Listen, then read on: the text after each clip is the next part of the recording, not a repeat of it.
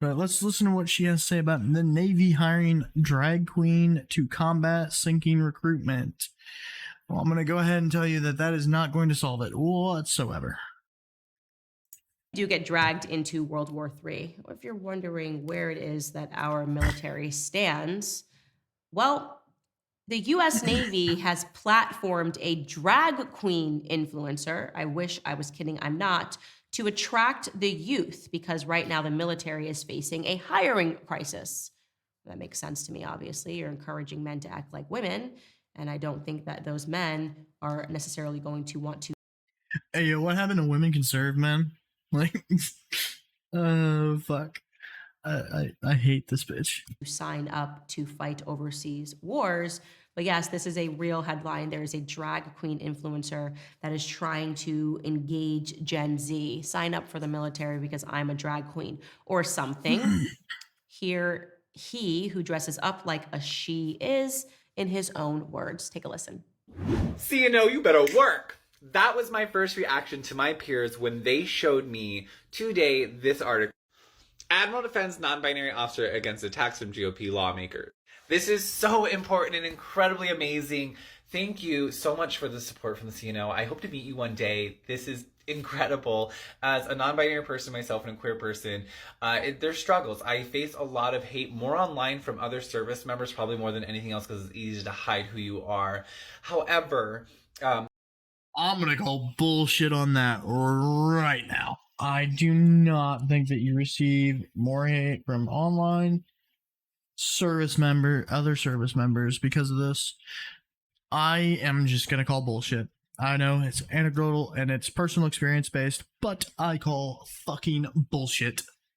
The amount of support over triumphs, all of that, all day long, every day, and I love it, and I'm finally happy to see this level of impact from high leadership because this is going to make waves to so many people who wear this uniform, and I'm so proud to. I really hope to meet you one day. I think this is incredible. So thank you for the support. Thank you to other people who support, and to the queer people out there, to the other service members and sailors. I love you, and remember to be yourself. See, no, you better work. That was my first reaction. You know what my first reaction was? I could probably beat that guy up.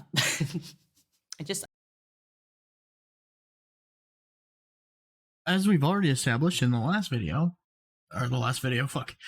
fucking clip that we watched of you, no, you couldn't beat up anybody, Candace. I think you're probably one of the weakest individuals that I have seen in political comedy. You're right up there with like Ben Shapiro, right? You look, I'm not sure which one of you would win in a fight. That'd be interesting. I would actually pay to see that. I would pay to see Candace Owens in a boxing match versus Ben Shapiro. That sounds fucking hilarious. I feel like I could beat that guy up. I feel like if you had to put money on a fight between me and that guy that you just saw, you probably would put your money on me. And that should make you... No, I wouldn't. Am I going to put my money on the trained fucking Navy sailor or the random fucking Republican political commentator that's probably never been in a fight in her life? I'm going to go ahead and go with the person who actually has any type of training in any form of combat, which is, it's not you.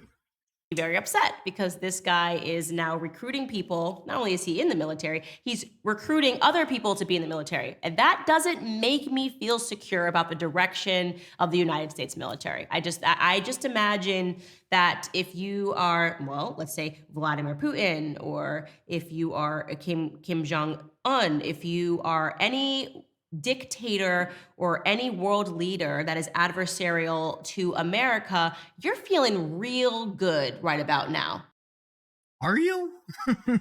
Are you feeling real good right about now? Well, considering Russia's getting their fucking cheeks clapped by Ukrainian fucking farmers, and also random people from a lot of other militaries that have just gone there, like ex-military fucking people that have just decided that they support Ukraine so fucking much that they decided to fly their asses over there and join them in fucking battle against Russia.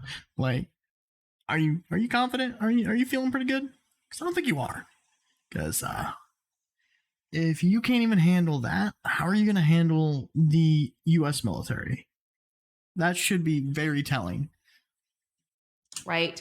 Americans can't figure out what bathroom to go into. They don't even know what a woman is. And now they're having drag queens that are recruiting people to be in the military. I don't know. I just feel like you would be feeling pretty cushiony right about now. I think actually Robert J. O'Neill had the best take that I've seen on this. If you don't know who he is the guy who literally shot and killed Osama bin Laden. So real quick here, you do know, like, Candace, you are aware that there has been a increase in both Russia and China for like push for LGBT rights, right?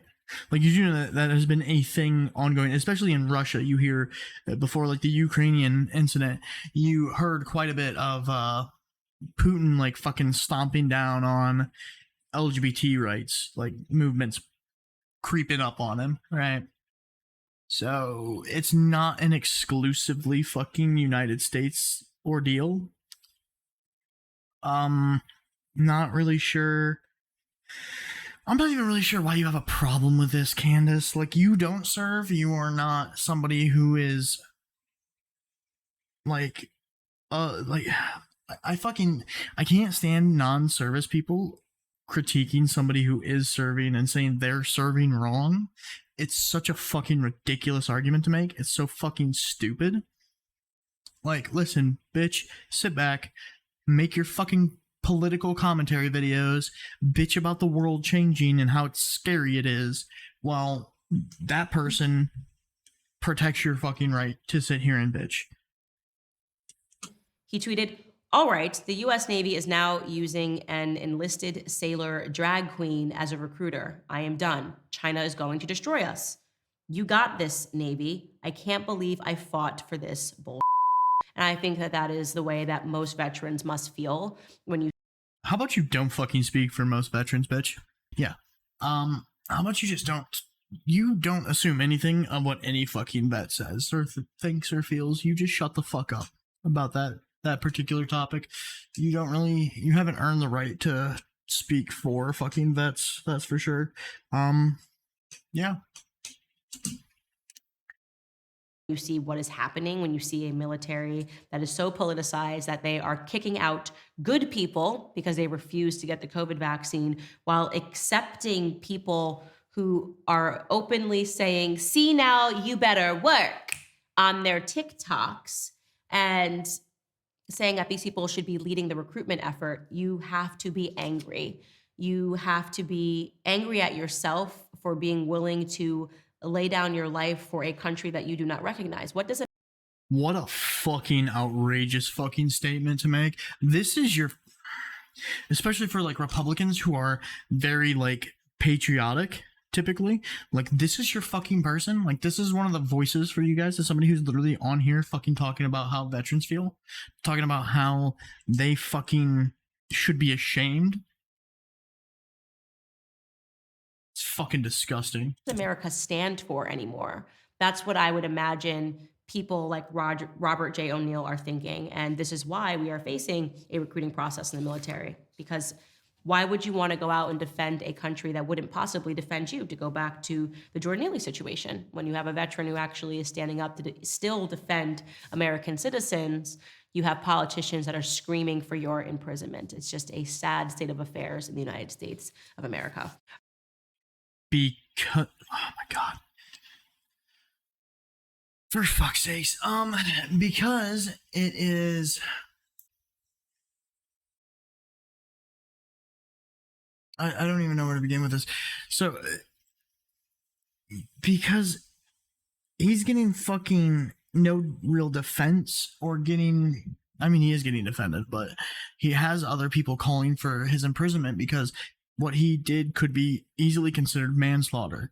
Like, do I think him jumping up and defending other people is a good thing? Yes. Do I think he handled it the right way? No. He clearly didn't. He fucking killed the person who was not that large of a threat, right? He wasn't a big enough threat to justify killing. He was a big enough threat to justify subduing. That's a big difference, isn't it? That's fucking ridiculous.